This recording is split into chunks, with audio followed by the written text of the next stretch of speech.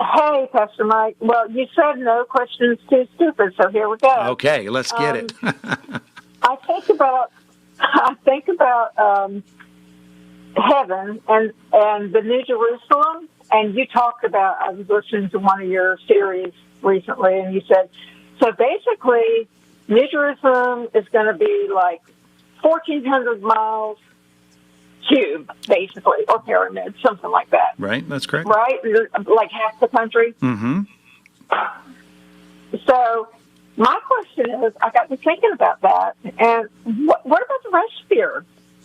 Yeah, I think, just like in the millennial kingdom, though the eternal state has a really, really big Jerusalem, I think the rest of the world's going to be populated, and I think there's going to be nations. I think there's going to be ethnicities. I think there's going to be distinctions between people that are all beautiful and good and various, but there'll be something special about the New Jerusalem, and we just don't have enough information in the last two chapters of the Bible to go beyond that. If you look at the millennial kingdom, a lot of discussion about Jerusalem, and even in Isaiah, it does call it the New Jerusalem, even though it's not the New Jerusalem. It's not the ultimate Jerusalem at the end of time, the eternal state. But before the world is remade, there is a Jerusalem that it's the headquarters of the whole world.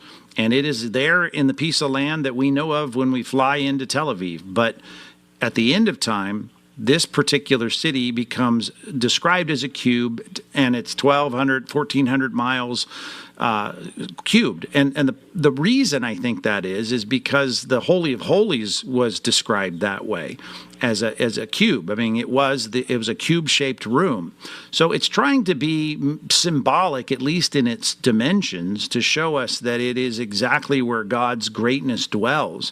But it's not like you're not in heaven, so to speak, as some people like to call the eternal state, because you're outside of that. It'd be like saying, I'm in the holy place, but I'm in the Holy of Holies. I think everybody in the earth is going to be going... Oh, I thought we were all going to live there. See, it's like a giant capital city where a lot of people can live.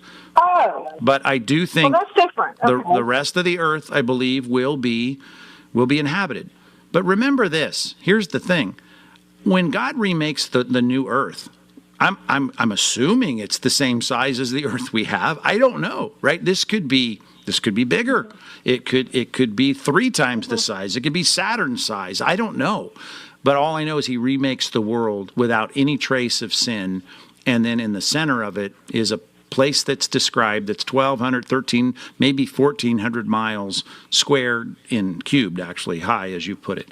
So, yeah, I think the whole earth's going to be inhabited. The whole earth's going to be full of God's glory in a very specific way, but we don't have enough information. And if you go to Randy Alcorn's book, he wrote that book on heaven, one of the best sellers ever. I have it. Yeah, he does what the best we can do. I mean, not that it's exhaustive, but he spends hundreds of pages taking the material we have and just thinking through what it means. And one thing I love that Alcorn does at the beginning of the book is say, don't think of it as something so radically different that it has no correspondence to the earth we know of now. And that's a great thing, because most people think, as I often say, that we're floating around on cotton ball clouds and see-through bodies, and none of that's going to be the case. This is going to be real. We were designed to be enmeshed in physical bodies. We're going to eat, we're going to hug, we're going to have hair, we're going to have eyes that are shining and teeth that are white, and it's going to be earth, and it's going to be a great earth without any reference to sin. So I wish we could answer all those questions, but one day we'll get together, and on the other side, we'll get around to chatting with each other and saying, wow, look how big it is. Look at the difference between the New Jerusalem and the other side of the planet, and we'll figure this all out when we get there. Does that help, Jane? Well, the animals got to stay somewhere too. Yeah, there's going to be animals. Okay. I believe so. All of that.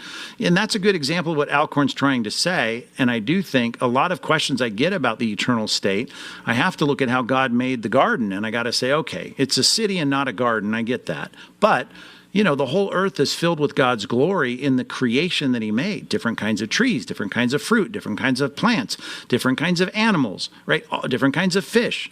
And all of them reflect God's glory. I mean, people still pay a lot of money to go out on a boat and see, dolphins and whales. And I'm thinking to myself, okay, this is just something that we see God's greatness in, that we enjoy. God's going to create a world where everything is for our enjoyment. At the right hand of God, there are pleasures forevermore. Psalm 16. We're going to have a great place that is going to be amazing. And if someone says, well, I don't know if I'm going to like it because it doesn't have X, Y, or Z there. Yeah, I think you're going to like it without X, Y, or Z if you can even prove to me that there's not going to be X, Y, or Z. But I can't prove that there's not going to be a lot of things that just because they're not mentioned, just the absence of something mentioned in Revelation 21 and 22 does not mean it won't be there. And though there's no discussion about animals in those last two chapters, I believe animals will be a part of it for sure.